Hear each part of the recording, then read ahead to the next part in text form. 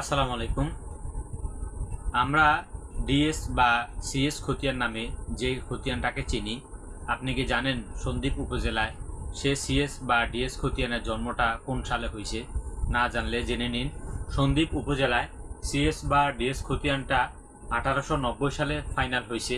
যদি কারো পুরাতন দলিলের ভিতরে লেখা থাকে সিএস বা ডিএস খতিয়ান মূলে মালিক, তো তাদের দলিলগুলো যদি আপনার দরকার হয় অবশ্যই আপনাকে 1890 সালের আগে তল্লাশি দিতে হবে।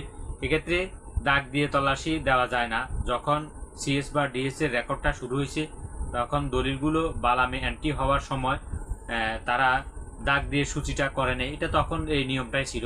এখন যদি এক্ষেত্রে আপনার এই ধরনের কোনো দলিলের নকলের প্রয়োজন হয় তো আপনি জেনে নিন যে 1872 সালে সন্দ্বীপ উপজেলার রেজিস্ট্রি অফিসের জন্ম। 1954 সন পর্যন্ত মাইজদি জেলার রেকর্ড রুমে আপনাদের পুরাতন দলিলগুলো সংরক্ষিত আছে।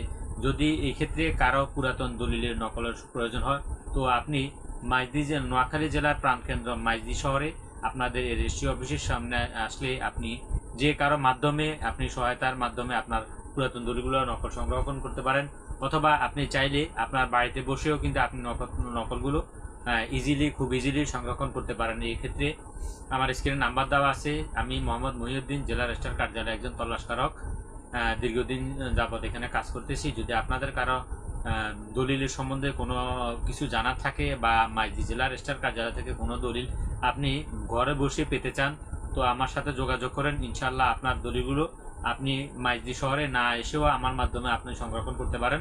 যদি ভিডিওটি ভালো লাগে অবশ্যই লাইক, কমেন্ট, শেয়ার করতে ভুলবেন না। আসসালামু আলাইকুম।